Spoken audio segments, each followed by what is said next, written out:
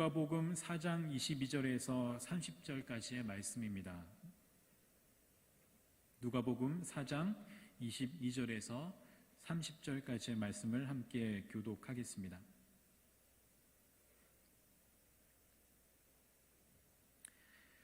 먼저 읽겠습니다. 그들이 다 그를 증언하고 그 입으로 나오는 바 은혜로운 말을 놀랍게 여겨 이르되 이 사람이 요셉의 아들이 아니냐.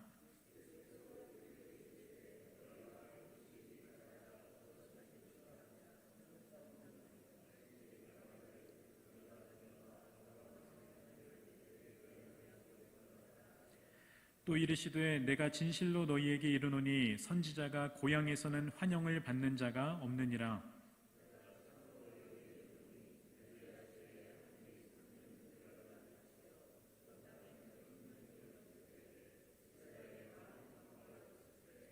엘리야가 그중 한 사람에게도 보내심을 받지 않고 오직 시돈 땅에 있는 사렙다의 한 과부에게 뿐이었으며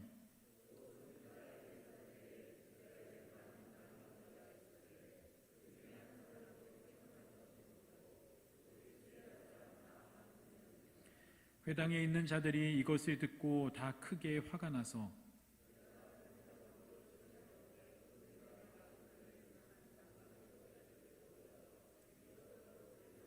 함께 읽겠습니다. 예수께서 그들 가운데로 지나서 가시니라. 아멘.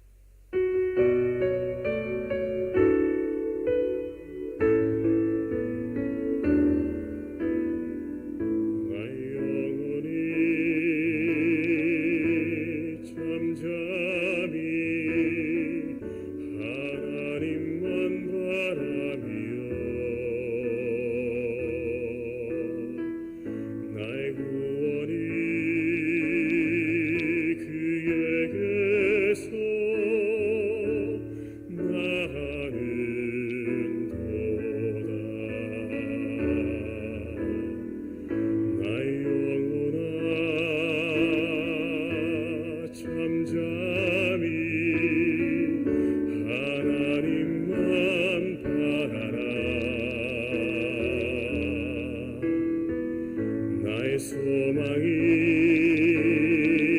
저에게서 나른도다.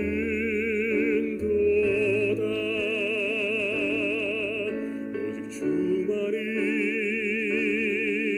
나의 반석, 나의 구원이시니 오직 주만이 나의 산성, 내가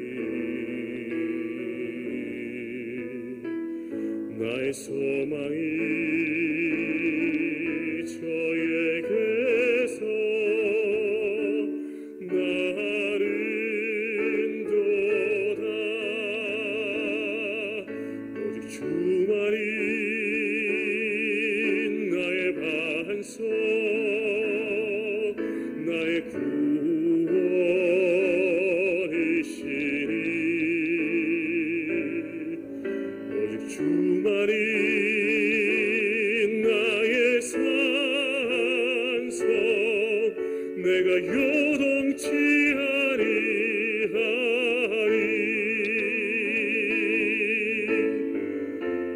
나의 구원 나의 영광 하나님께 있으니 힘의 반석과 피난처 되시네.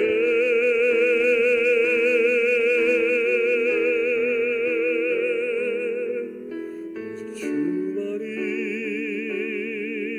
나의 반석, 나의 구원이시니.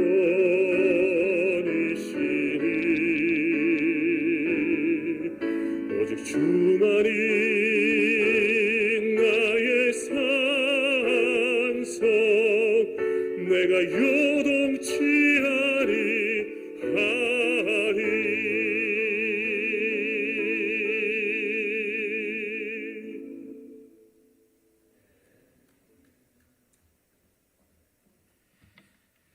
여러분 정말 야곱의 하나님을 여러분의 하나님으로 고백하고 계십니까? 아브라함의 하나님, 그 창조주 하나님이 우리의 아빠실 걸 우리 잊지 않으면 좋겠습니다. 힘들고 어렵고 공고한 시기를 지나고 있지만 이 모든 상황 속에서 분명 하나님께서 선으로 모든 것을 만들어 가실 줄 믿습니다. 저희가 예배 시작 전부터 배웠던 찬양이 있는데 좀 함께 이 찬양하고 다시 한번 좀 말씀을 좀 나누고 싶네요. 원하고 바라고 기도합니다. 여러분 정말 원하고 바라고 기도하시는 게 뭡니까? 아마 이 코로나19에서 자유케 되는 게 오늘날 우리 모두가 바라는 게 아닐까 생각이 듭니다. 그런데 코로나19에서 해방되는 것이 중요한 게 아니라 진짜 하나님, 예수님, 성령님과 함께 동행하는 삶, 그 삶이 우리의 가장 원하고 바라고 기도하는 내용이 되면 좋겠습니다. 왜냐하면 코로나19에서 자유케 돼도요, 우리는 언젠가 죽습니다. 하나님 앞에 서게 됩니다. 영원한 나라 가운데 그 삼위일체 하나님과 교제하게 됩니다. 여러분 때문에 중요한 건 저와 여러분 안에 진짜 원하고 바라고 기도하는 것이, 비록 이 땅의 경제적 또는 건강상 여러 가지 어려움 속에 계신다 하여도 오직 주 하나님, 그 예수님 성령님과 동행하고 주님이 또 놀라우신 인도하심 가운데 함께 있는 것이 가장 소중한 걸 좀 기억하면서 우리 함께 찬양하고 오늘 말씀 좀 나누도록 하겠습니다. 악보 좀 주시면 좋겠어요. 악보 잘 띄워주시면 좋겠습니다. 함께 찬양할까요? 이 세상을 살아가는 동안에 가사를 음미하시면서 다시 한번 찬양하고 오늘 말씀 나누도록 합니다. 이 세상을 살아가는 동안에, 이 세상을 살아가는 동안에 나의 힘을 의지할 수 없으니 기도하고 낙심하지 말 것은 주께서 참 소망이 되심이라. 하나님의 꿈이 나의 비전이 되고 예수님의 성품이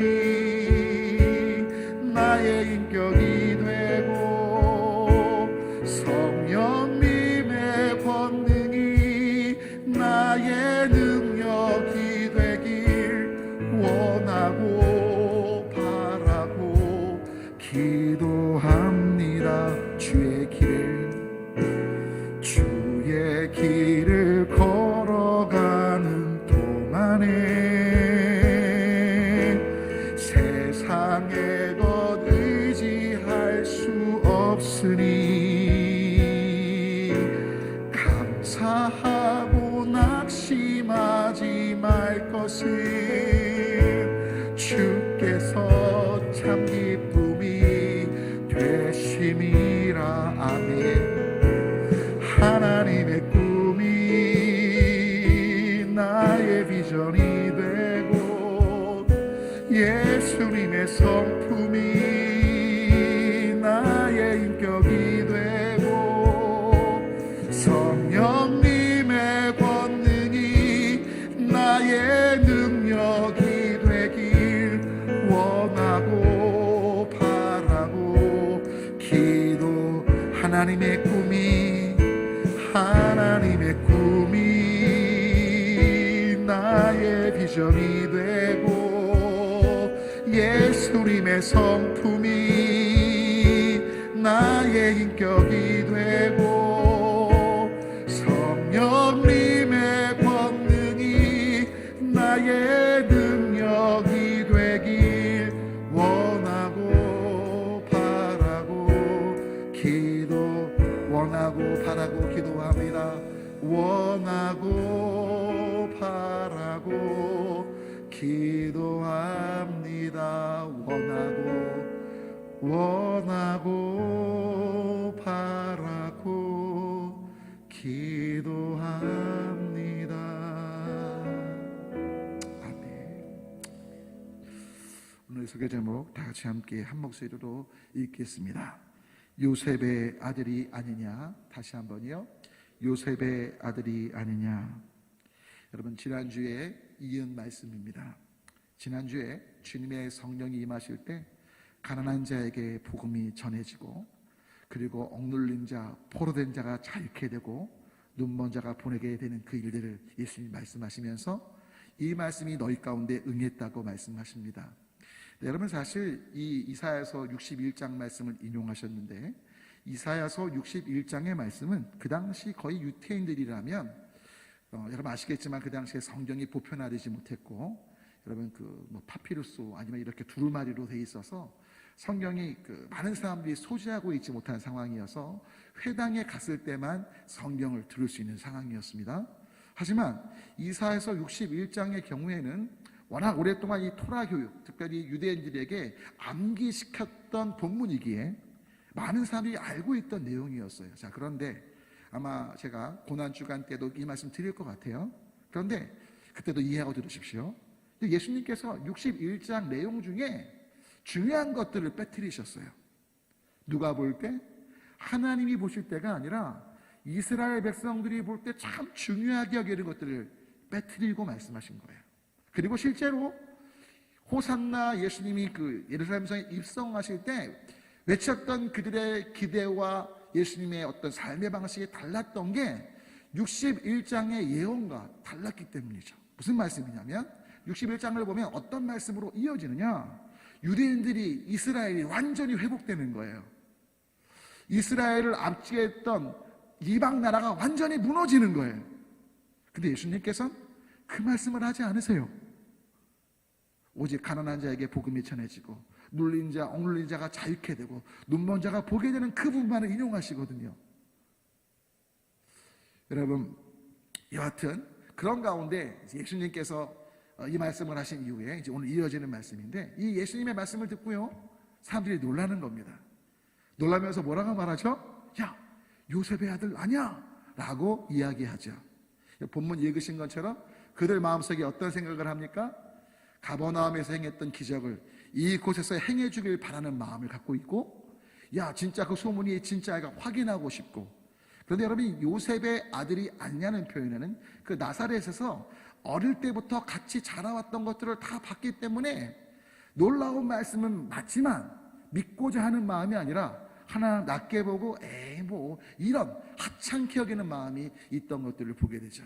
바로 그 가운데 예수님께서 엘리야와 엘리사 시대의 사건에 대해서 말씀하십니다. 여러분, 참 재미있는 게 이 두 사건이요, 기가 막혀요. 그러니까 예수님이 정말 의도적으로 말씀하신 거죠. 한 사건은 하나님의 사람이 보냄받은 찾아가는 사건이고요, 한 사건은 하나님의 사람을 찾아오는 사건입니다. 여러분, 예수님 당시를 가만히 보시면 아시겠지만 예수님이 찾아가시기도 했지만 많은 사람들이 예수님께 나아왔습니다. 그런데 예수님을 찾아왔든 나아왔든 그 예수님의 권능을 경험한 사람들은 극히 일부분이고 나머지는 다 그 능력을 구경하는 구경꾼이었습니다. 그러니까 지금 나사렛 고향에 왔을 때 그 사람들이 예수님께서 기적을 행하시길 원하는 그 마음들을 간파하시면서, 야, 엘리야 때와 엘리사 때를 보자. 하나님의 사람을 찾아왔고 또 하나님의 사람이 찾아갔는데 중요한 건 그 수많은 과부들 중에 사렙다 과부가 찾아온 하나님의 사람 엘리야의 능력 속에, 하나님의 능력 속에 정말 기름하고 밀가루가 마르지 않는 경험을 하지 않았냐? 중요한 건 수많은 나은 자들이 있었지만 엘리사를 수많은 사람들이 만났을 텐데 그 나은 자들 중에, 나병 환자 중에 나아만만이 나음을 잊지 않았냐? 결국 너희가 지금 나를 찾아오고 또 내가 찾아가기도 하는데 너희들이 인정하지 않는 것은 사실은 너희들의 마음의 태도가 문제가 아니냐라고 지적하시는 거죠. 이 말씀을 듣고요, 찔렸습니다. 화가 납니다. 돌이키면 좋고 회개하면 좋고 예수님 믿겠습니다 하면 좋겠는데 일이 어떡하죠? 예수님을 낭떠러지로 몰고 가서 죽이려고 합니다. 그리고 죽일 수 없죠. 왜? 많은 사람들이 보니까. 예수님이 그 사이를 지나가신다는 내용이 오늘 본문의 내용입니다. 과연 이 내용이 의미하는 바가 무엇인지 오늘 함께 말씀을 나누고자 합니다. 흥부가요, 어느 날 시장에 가서 물건을 사고 싶은 게 있었나 봅니다. 근데 물건을 사려고 하는데 물건을 살 돈이 없는 거예요. 부족한 거예요. 근데 때마침 놀부 형님의 마누라께서, 형수님께서 다 그 시장에 오신 거예요. 너무 반가워서 형수님 제가 지금 물건을 사야 되는데 좀 돈이 부족한데 돈을 보태 주실 수 있나요? 그러면 실은 보태주거나 빌려주면 되잖아요. 근데 놀부 부인이 뭐라고 말했겠어요? 그럴 수 없다고 딱 얘기를 한 거예요. 형수님 그래도 제발 좀 도와주세요. 왜 안 도와줄까요?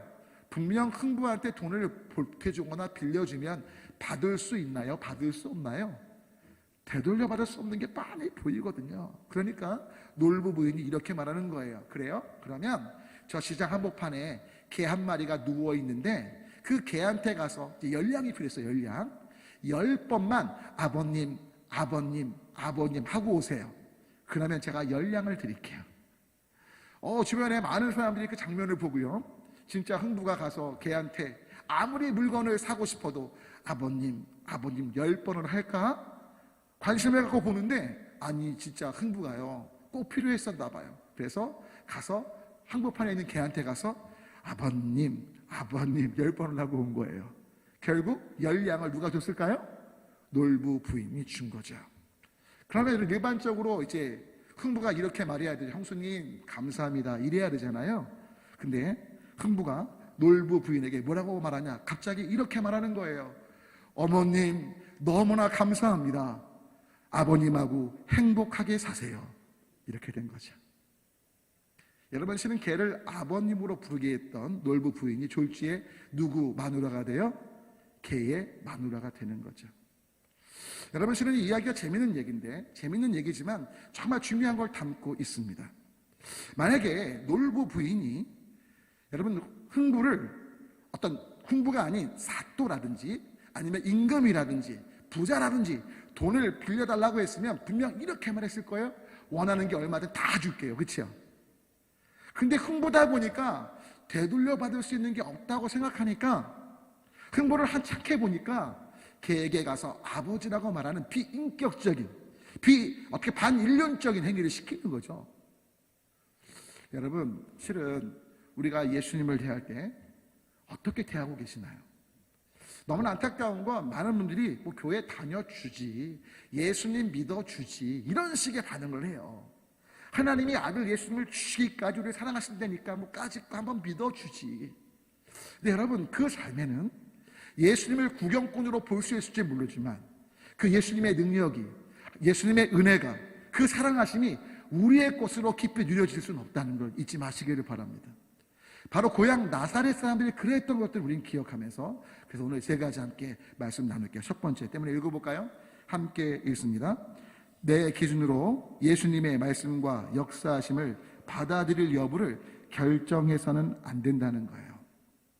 조금 전에도 말씀 올렸지만 의사가 병을 고침으로 자신의 가치를 드러내듯 그 당시 나사렛 사람들이 예수님을 보면서 야 예수 한번 기적을 행해봐, 그러면 믿어줄게. 즉 기적을 보면 믿을게라고 말하는 그 마음을 주님 보시는데, 여러분 아십니까? 기적을 보면 믿는 건 믿음일까요? 믿음이 아닐까요?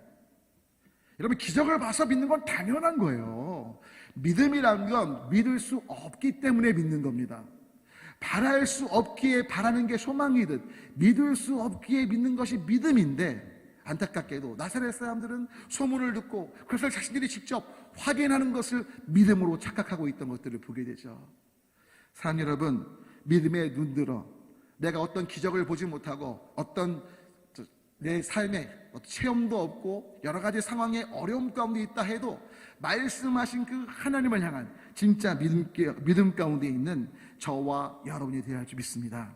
특별히 요셉의 아들이 아니라는 그 표현에는요, 예수님의 가문을 잘 알고 있다는 게 담겨져 있죠. 목수 가문에 예수가 배워주도 못했죠. 예? 게다가 돈도 없죠. 여러분, 외모도 별 볼 일 없는 걸로 알려져 있어요. 그러니 요셉의 아들이 아니냐는 그 말에는요, 그 당시 나사렛 사람들이 예수님에 대해서 어떤 좋은 말을 하고 멋진 말을 할지 모르지만 감동을 받아도 그 감동이 자신들의 기준에 미치지 못한다는 마음으로 다 끊어버리는 것들을 보게 되죠. 여러분, 그거 아십니까? 믿고자 하면요, 그 마음만 있으면 믿지 못할 상황도 믿게 돼요. 근데 믿지 않으려고 마음 먹으면요, 아무리 믿을 상황이 돼도 안 믿는 거예요. 여러분, 혹시 그 세종대왕에 대해서 부정적인 이야기를 하고 계신 분들이 계신 거 알고 계세요? 또 이순신 장군에 대해서도 우리가 알고 있는 역사의 정설이 다 허구다, 우상화시킨 거고 좋게 미화시킨 거다라고 말하는 분들이 계시다는 거 아십니까? 심지어 여러분, 6.25마저 북침으로 믿고 계신 분들이 계시다는 거 아십니까? 여러분, 지금 그런 분들하고 대화를 해보면요, 그분들은 북침으로 믿으니까요, 모든 자료를 북침으로 막 해석하려고 해요. 이순신 장군 관련 자료나 세종대왕 관련 자료나 또 역사의 위대한 인물에 대해서 저건 다 포장이라고 믿는 사람들은요, 어떻게든 그것을 다 해체하려고 자기들 나름대로 같은 자료인데 다른 시각으로 보기 시작하죠. 여러분, 예수님 당시 예수님께서 그 말씀하실 때 오늘 본문의 사람들은요, 예수님을 믿고자 하는 마음이 아니라 믿지 않으려는 마음이 컸어요. 때문에 계속해서 그 말씀을 듣고 성령님께서 분명 감동을 주셨음에도 받아들이지 않고 자신들의 기준으로 잣대로 예수님의 삶, 그 여러 가지 모습들을 판단하고 있음을 보게 되죠. 여러분, 마태복음 22장을 보면 이와 비슷한 사건이 있게 돼. 한번 좀 읽어볼까요? 함께 읽습니다.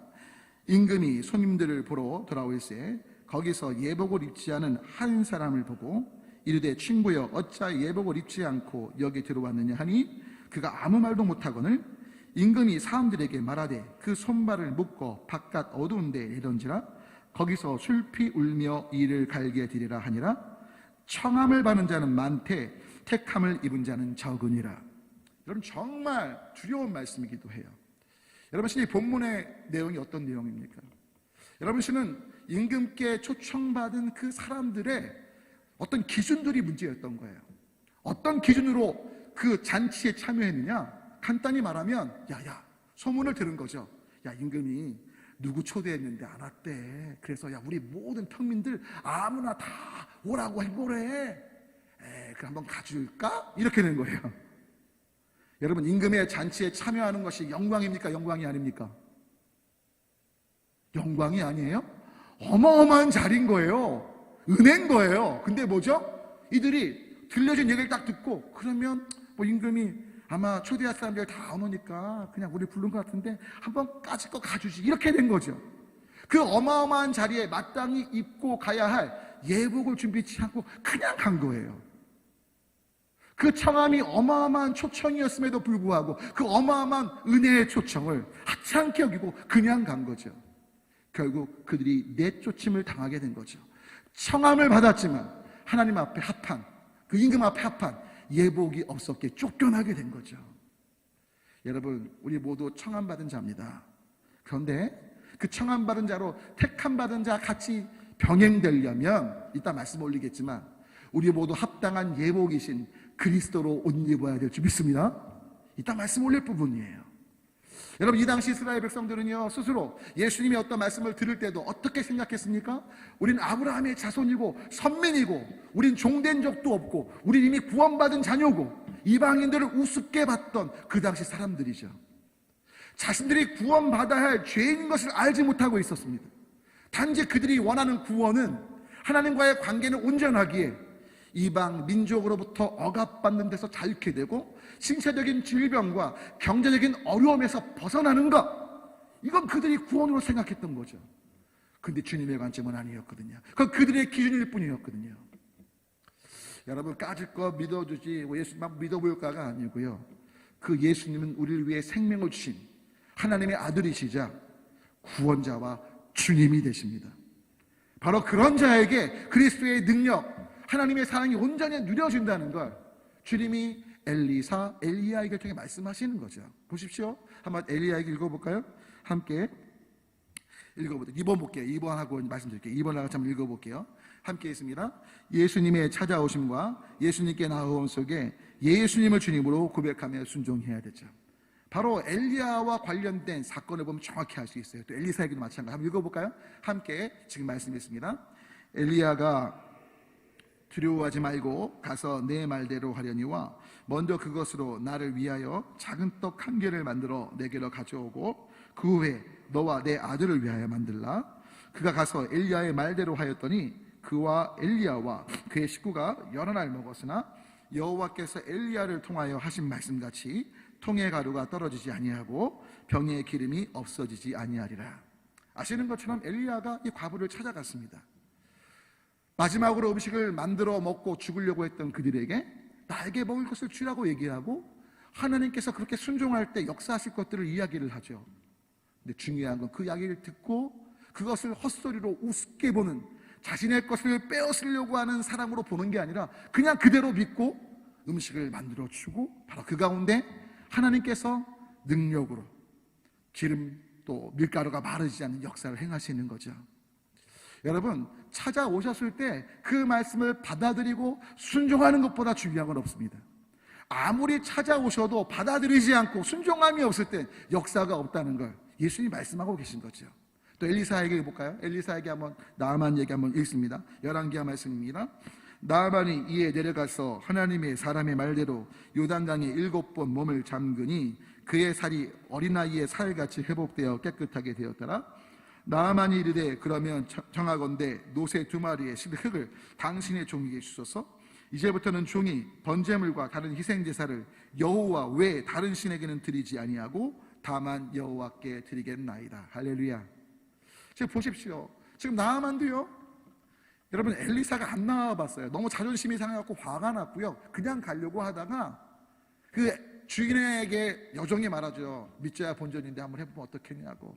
그래서 그대로 순종할 때 깨끗이 나음을 받게 되거든요. 그리고 그 역사 이후에 중요한 건 나아만이 어떻게 반응합니까? 엘리사에게 가서 이 이스라엘의 흙을 가져가면서 누구만 섬기겠다고요? 하나님만을 섬기겠다고 고백하는 거죠. 여러분 때문에 그 수많은 나병 환자들 중에 엘리사를 통해서 고침받는 유일한 사람이 됐다라고 예수님 말씀하시는 거죠.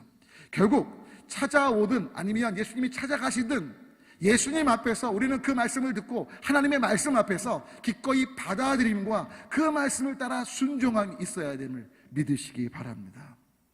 그럴 때 진짜 주님을 향한 어떤 우리의 중심의 고백들이 단순한 구경꾼의 삶이 아니라 그 주님과 함께 역사 속에서 움직이고 동행하며 하나님의 영광을 드러내는 삶 가운데 있게 된다는 걸 놓치지 마시기를 축원합니다.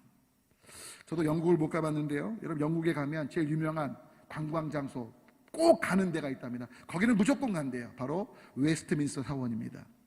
그 웨스트민스터 사원을 가면요, 아시겠지만 뭐 리빙스턴이라고 아프리카를 탐험했던 탐험가의 무덤이 있고요, 뭐 유명한 시인들, 정치인들, 왕들의 무덤이 있습니다. 그리고 아시는 것처럼 영국 국왕이 취임할 때요, 바로 이 사원에서, 이 교회에서 취임식을 갖습니다.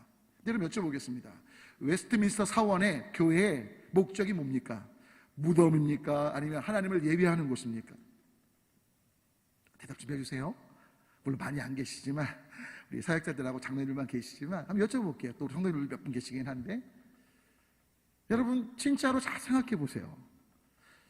여러분 교회의 목적은 하나님을 예배하는 곳입니다.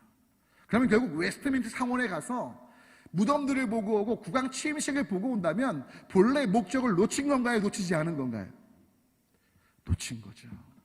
여러분 그러면 그 교회의 존재의 목적이 있는 건가요? 없는 건가요? 있으나 마나한 거죠. 아무리 유명하고 사람들이 칭송한다 하여도 그 장소는 장소로서의 본래의 목적을 잃게 된 거죠. 여러분 그거 아십니까? 고린도전서 3장 16절은 너희가 하나님의 성령이 거하시는 하나님의 전인 걸 알지 못하냐고 말씀하세요.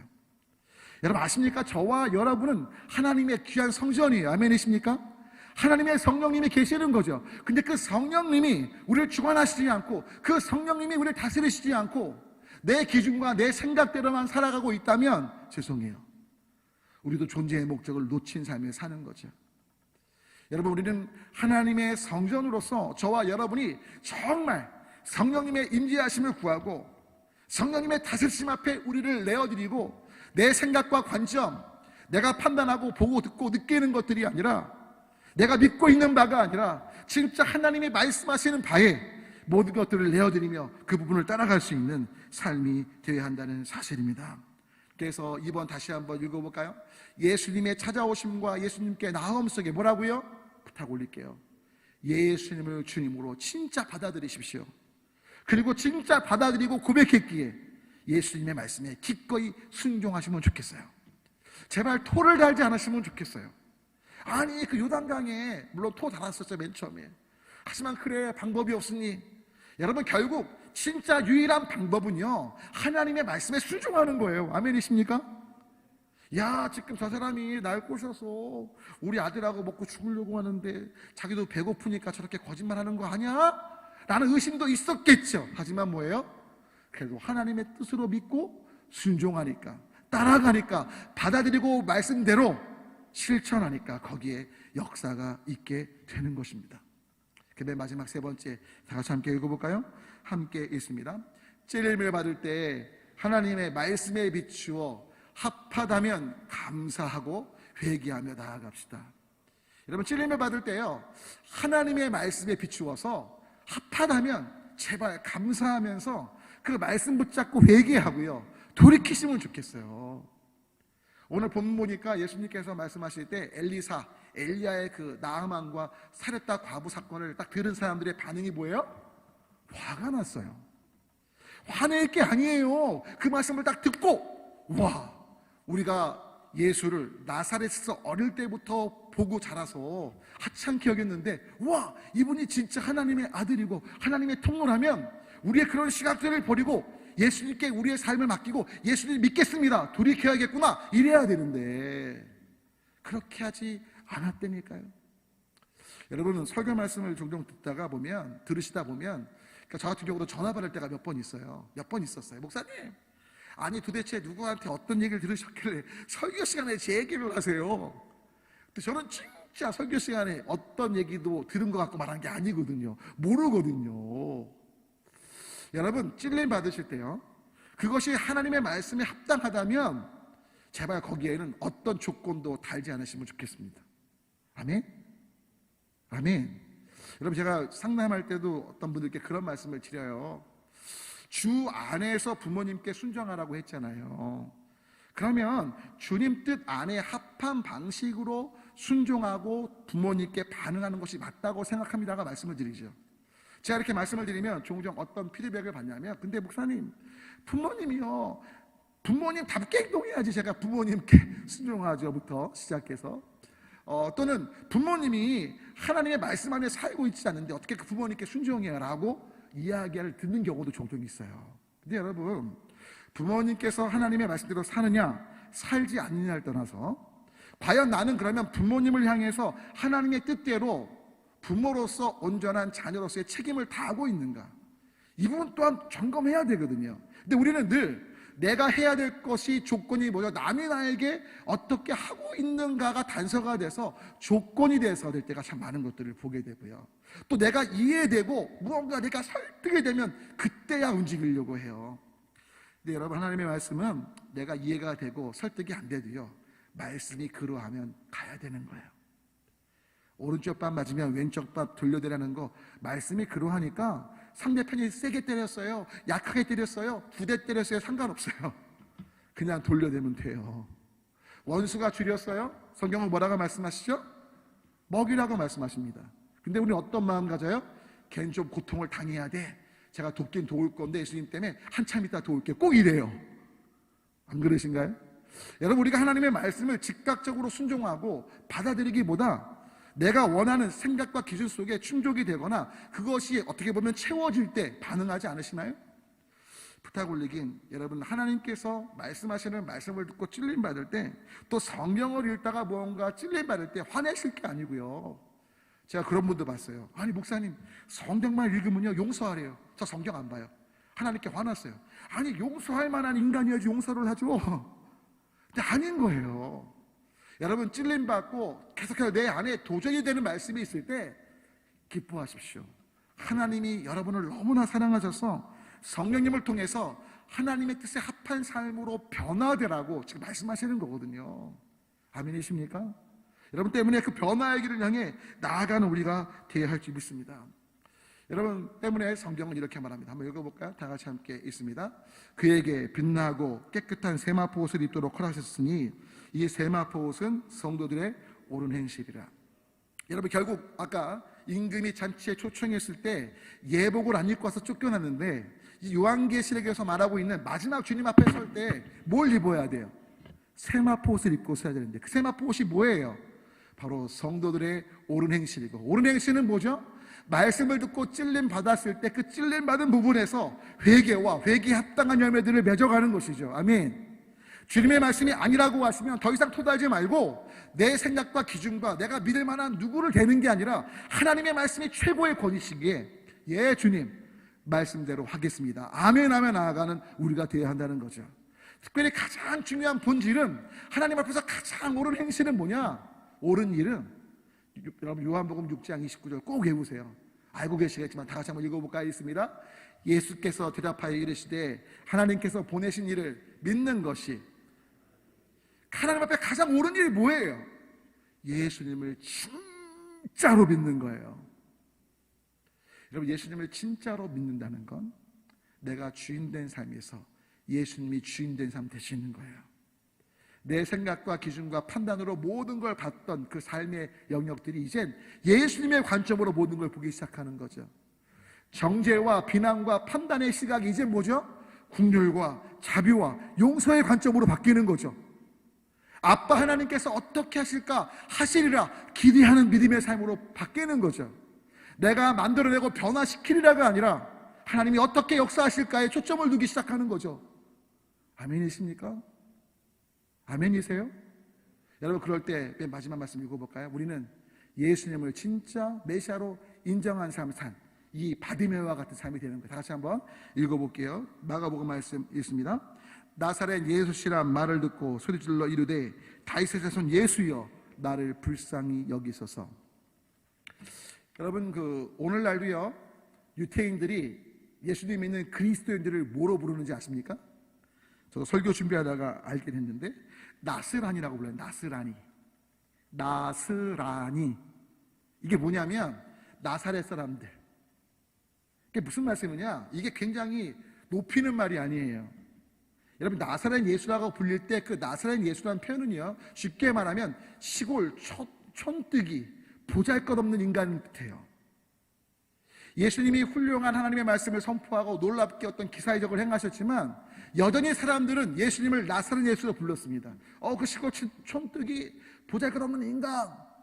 근데 그 나사렛 예수라는 얘기를 듣고 바디메오는 놀랍게도 그 예수를 뭐라고 고백합니까? 다윗의 자손이라고 고백합니다. 그리고 뭐라고 말합니까? 다른 거 없어요. 딱 한 가지. 불쌍히 여겨주십시오. 여러분 씨는 제가 만약에 바디메오였으면 예수님 왜 나 눈 먼 거예요? 그 이유나 뭔지 아십시다.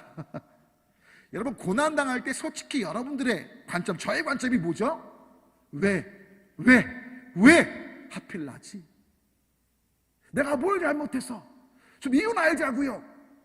근데 여러분 그거 아십니까? 물이 엎질러졌을 때 왜 엎질러졌는가 아는 건 중요치가 않아요. 그 물로 인해 책이 안 젖고 피해가 없도록 최소화하도록 빨리 닦아내는 게 중요하죠. 여러분 삶의 고난과 역경, 정말 오랫동안 지녀온 문제 속에 왜일까요? 이유를 따지지 마시고 오직 하나님 앞에 십자가의 긍휼을 붙잡고 나아가는 모두가 되시기를 축원합니다. 그러니까 오늘 보면 나사렛 예수가 아니라 다윗의 자손 메시아, 왕권을 가진 분으로 고백하면서 주님의 긍휼하심을 구할 때 그에게 온전한 치유의 은혜가 경험된 거죠. 즉 예수님의 권능이 그의 삶에 누려지기 시작한 거죠. 하나님과 상관 있는 삶이 되기 시작하는 거죠. 아멘이십니까? 여러분 기억하셔야 돼요. 능력이 누려진다는 건요, 하나님께서 그의 삶에 개입하시며 상관 있게 되는 삶이에요. 아멘이십니까? 어떻게 가능한 거예요? 철저히 예수님을 주님으로 인정하고 그 말씀을 받아들이고 말씀에 순종하는 길을 갈 때 바로 그 역사가 있다는 걸 잊지 않으시면 좋겠습니다. 오늘 말씀 마칩니다. 요셉의 아들이 아니냐, 나사렛 예수. 여러분, 우리의 기준으로 짜맞추는 내 생각과 판단과 누가 이렇게 말했대, 그 사람 믿을만해, 이건 내 마음 두지 마시고 진짜 예수님이 여러분 삶의 구원자와 주님 되시기를 축원합니다. 예수님을 철저히 주님으로 인정하고 때문에 여쭙고 기도하면서 주님의 긍휼의 관점.